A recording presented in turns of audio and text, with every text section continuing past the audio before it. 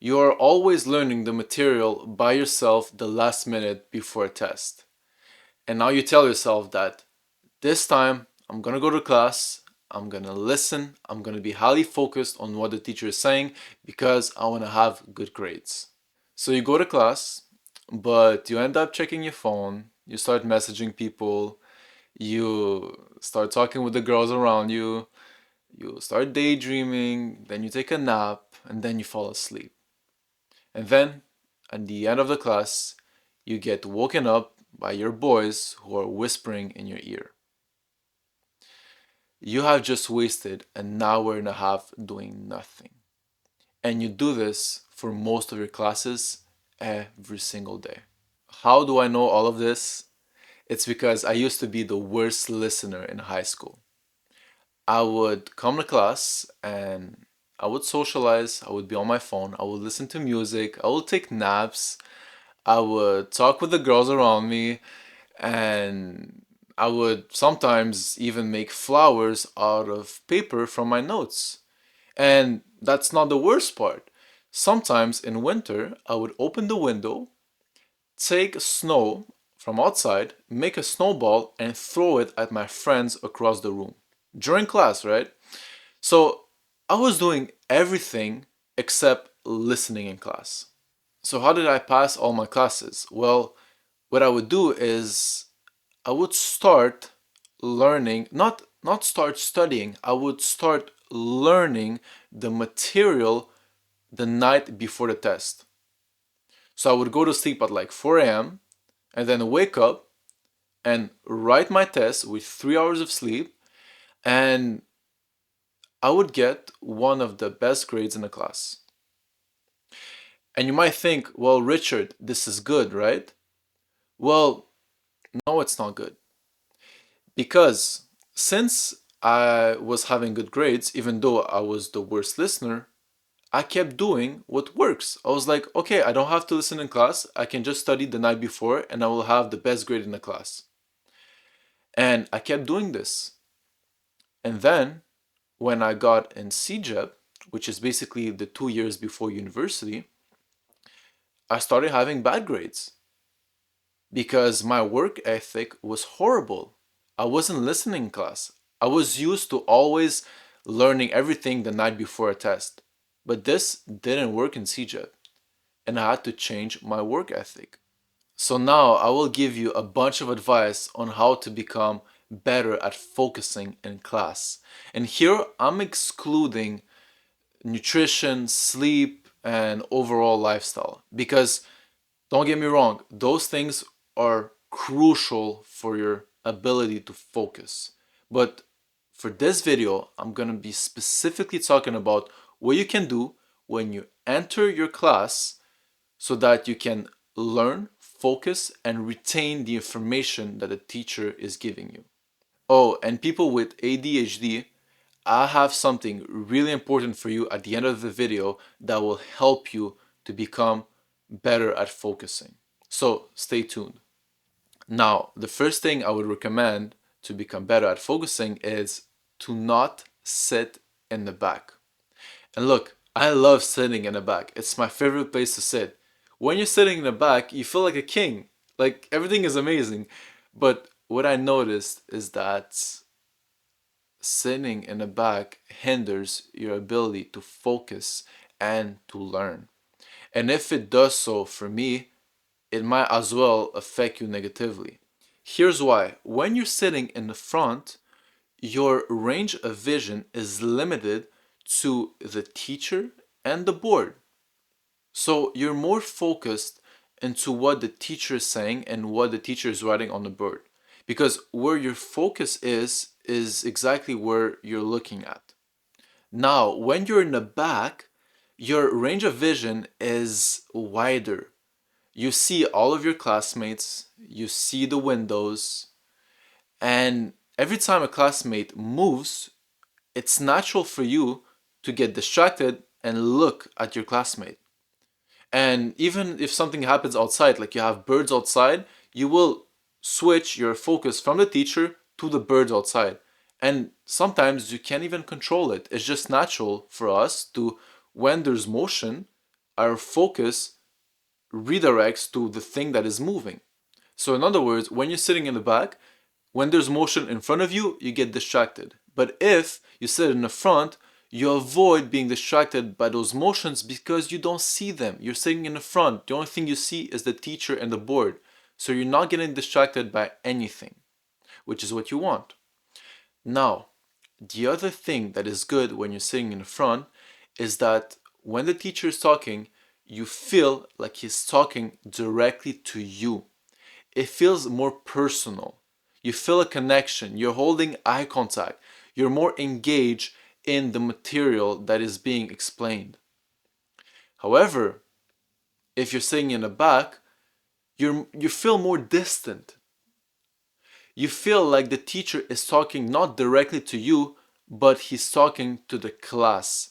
So you're more likely to not be as engaged in the material. Now, there's another thing that's really interesting, and you might have noticed this. People in the back are more likely to be on their phones than the people in the front. And why is that?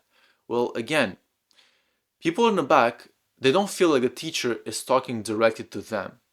So, for them, taking out their phones and texting, it doesn't seem like a big problem. They don't really think that the teacher is going to care about it.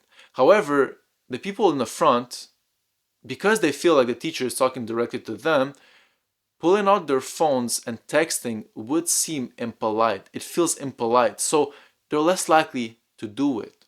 Now, the second thing is a crucial mistake that I see a lot of students do, and you might do the same mistake. You feel like the lecture is really boring. When I say lecture, I mean the class, right? So you feel like the class is really boring. So you take your phone out and you go on social media, you get this dopamine spike, and then you put your phone down and you try to listen to the class. And now you feel like the class is even more boring than it was before. And it's normal. You just fried your dopamine receptors. You just fried your dopamine receptors. Of course, the lecture or the class will seem more boring than your phone. So how do you combat this boredom? The worst thing you can do, as I said, is pick up something that is more stimulating, like your phone. Because after your phone, your class will seem even more boring. So what you can do is the following. Imagine two scenarios, right? The first scenario, you either listen or you take your phone. Which one you're gonna pick? Which one is gonna seem more interesting? Well, of course, picking your phone will be more interesting. Now, let's take the second scenario. You either listen to the class or you sit down and you just do nothing and you just stare at the ceiling. Which one seems more boring and which one seems more interesting? Well, if you have both choices, listening to the class seems more interesting than just sitting and staring at the ceiling. So you will listen to the teacher. So you see, it's all relative. If you have the choice between your phone or listening to the class, you will pick your phone. It's more stimulating. But if you have the choice between sitting and staring at the ceiling or listening to the class, listening to the class will seem more interesting. So you will listen. So you purposely bore yourself out without using your phone or any distractions, and you make the class seem more interesting by not indulging in those things that will spike your dopamine. Now, what that means is you have to take your phone. Well, you don't have to, like, you're not gonna die if you don't do it, but what you could do is you take your phone and you put it in your backpack. You make it hard for you to access your phone. You don't put it on your table, because if you put it on a table, it's easy to access it. And plus, like, you have those notifications, it vibrates, or you have the flash, and you keep like being distracted and looking at your phone. So you put it in your backpack, not in your pockets. And also, like, it's not recommended to put your phone in the pockets for health reasons, but let's not go there. So you put your phone in your backpack and you mute the notifications. And if you're gonna tell me, oh well, what happens if someone is like trying to reach me and it's an emergency? Well, look, first thing, no one is gonna reach you for an emergency through social media. It's not gonna be through Wi-Fi. So you can disconnect Wi-Fi right away, like your internet, your Wi-Fi, you can disconnect it. You don't need it. If someone has something urgent, he will either call you or text you on your number. So Wi-Fi, internet, you can disconnect it. Now, there's an option you can have on your phone where when someone calls you once, you don't hear the call. But when the person calls you twice in a short amount of time, then you hear the second call. So you can look at it, right? So you can mute your notifications so you don't get distracted. But if someone has something really important and urgent, well, you will receive the call if the person calls you like twice or 3 times. So now we took out the phone out of the picture, which is good. But then the third advice I would give you is to not replace it with daydreaming. What I mean by daydreaming is creating fake scenarios in your mind.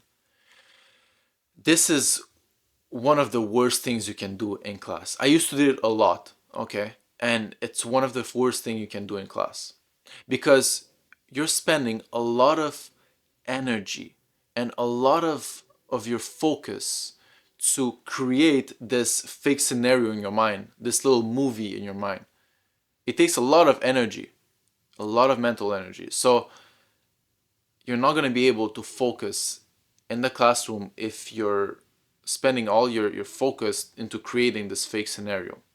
Because again, it's way more intriguing into like having this little movie in your head and imagining how you're like saving 10 people than listening to the class. So don't daydream.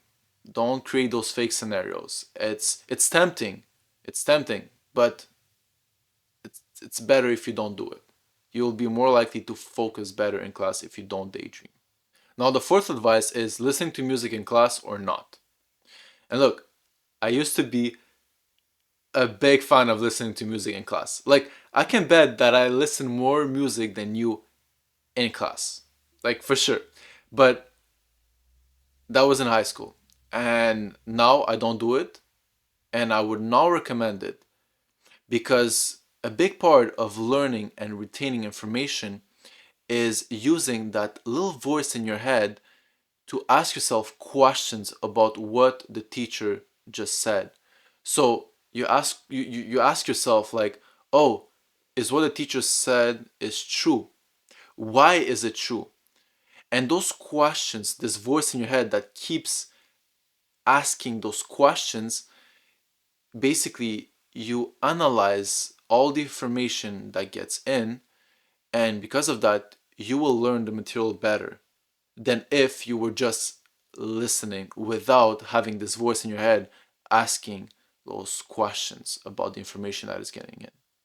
So when you're listening to music in class, you can still listen to what the teacher is saying, but it's harder for you to have this intern dialogue about the material that the teacher is explaining. And again, as I mentioned, having this intern dialogue and asking yourself those questions like, why is the information that the teacher just said is true? This intern dialogue is really important into remembering and understanding the information.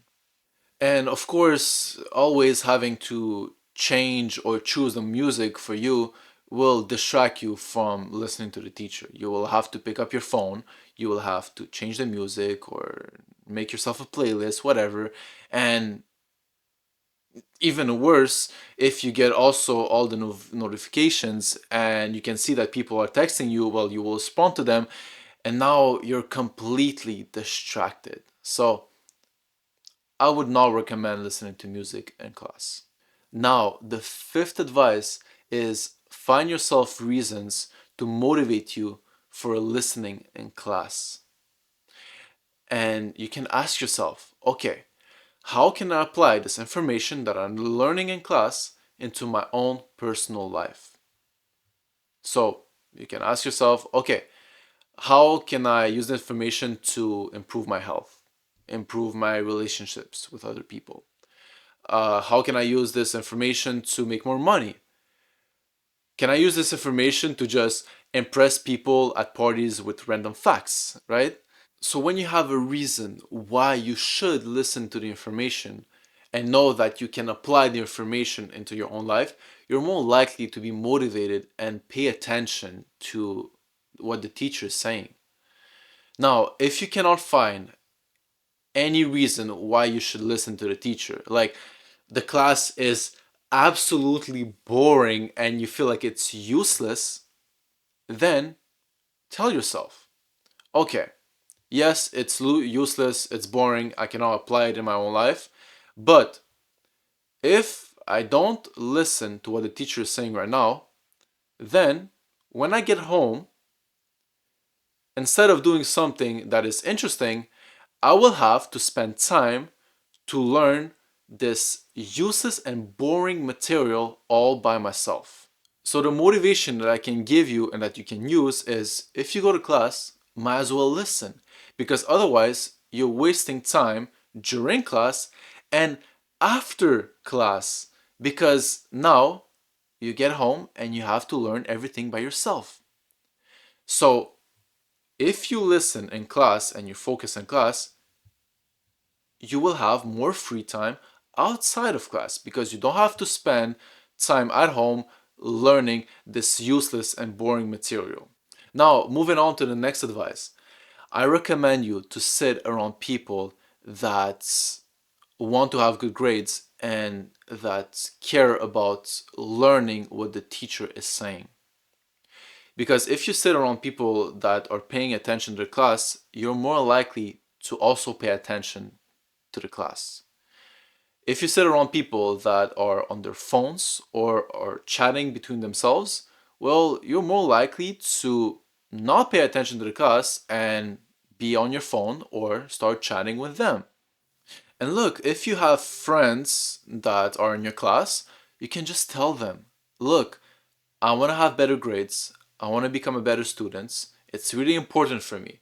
So please just do not distract me during the class. And if your friends truly care about you, they will respect your choice. And not only that, but you might influence them to become better students too. Because they will see you that, oh my God, he's changing, he's becoming a better student, he's caring about his academics, and your friends might start doing the same thing. So you will be like a positive role model for them.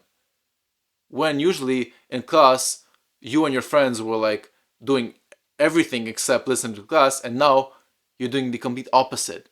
You're learning, you're participating. I think that's beautiful. I think that's beautiful to influence other people to become a better versions of themselves.